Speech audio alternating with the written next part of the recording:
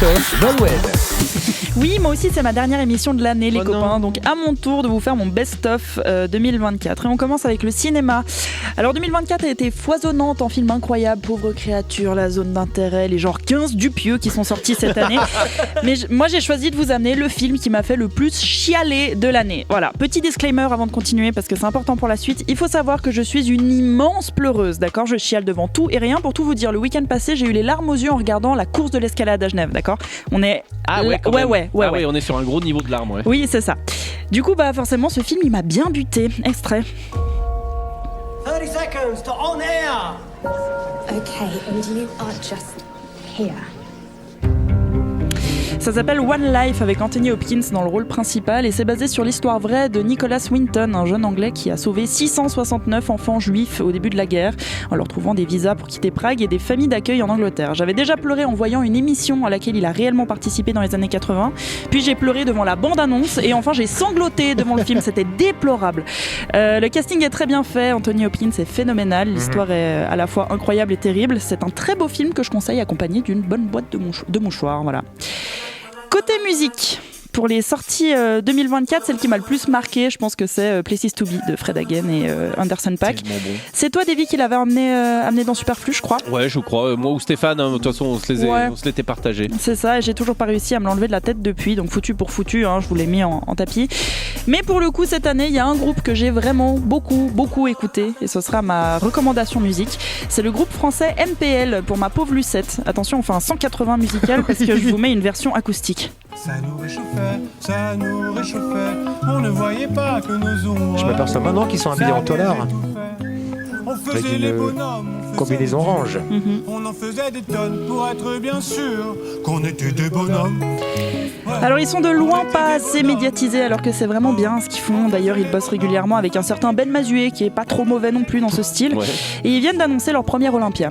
Et même si vous n'êtes pas trop branché pop francophone, je trouve que ça vaut vraiment le coup d'y jeter une oreille. Les arrangements sont hyper travaillés et catchy et surtout les textes sont assez fous. C'est toujours très imagé, souvent rigolo, parfois émouvant. C'est une super playlist de road trip, vous saurez. Alors c'est pas une nouveauté 2024, mais cette année ils ont sorti un album live dans lequel ils reprennent certains de leurs titres en acoustique, donc ça compte, ok. Et si vous vous demandiez, oui, j'ai pleuré aussi en écoutant certaines de leurs chansons. Voilà. MPL donc. MPL, ouais, Ma Pauvre Lucette.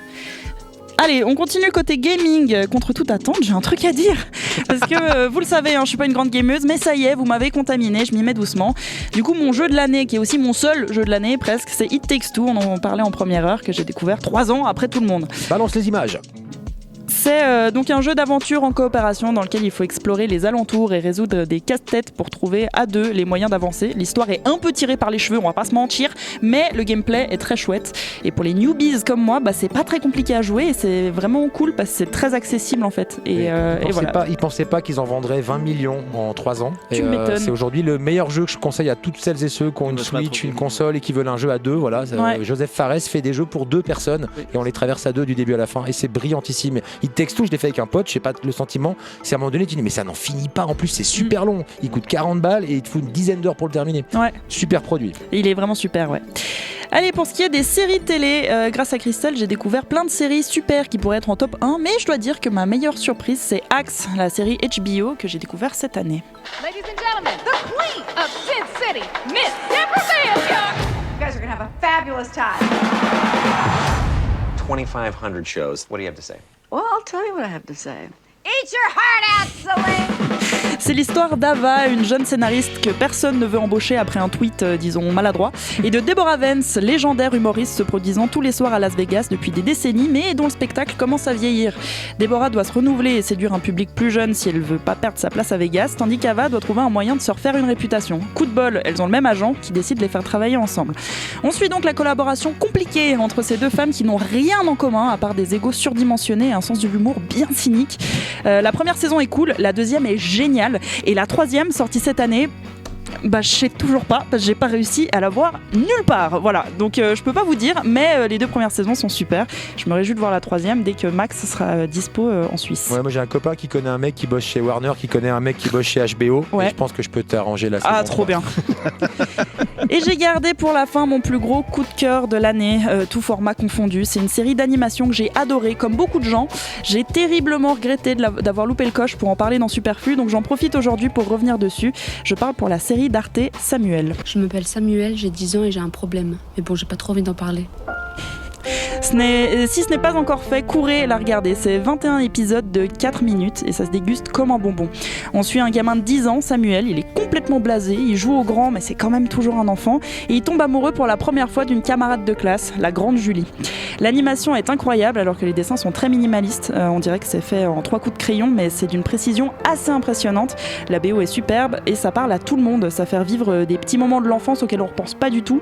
Vous savez, les petites euphories, les peurs, les hontes, les pensées et même les réactions qu'on peut avoir à 10 ans. Les dialogues sont hyper réalistes, c'est super drôle, c'est touchant. J'ai bien évidemment pleuré devant certains épisodes. J'allais te demander parce que là quand même il y a moyen. Hein. Ouais, non, pour moi c'est un sans faute. C'est mon coup de cœur de l'année et je peux que vous le conseiller. Voilà. Et ça s'appelle Samuel. Samuel, dispo sur YouTube, Arte, etc. Excellent.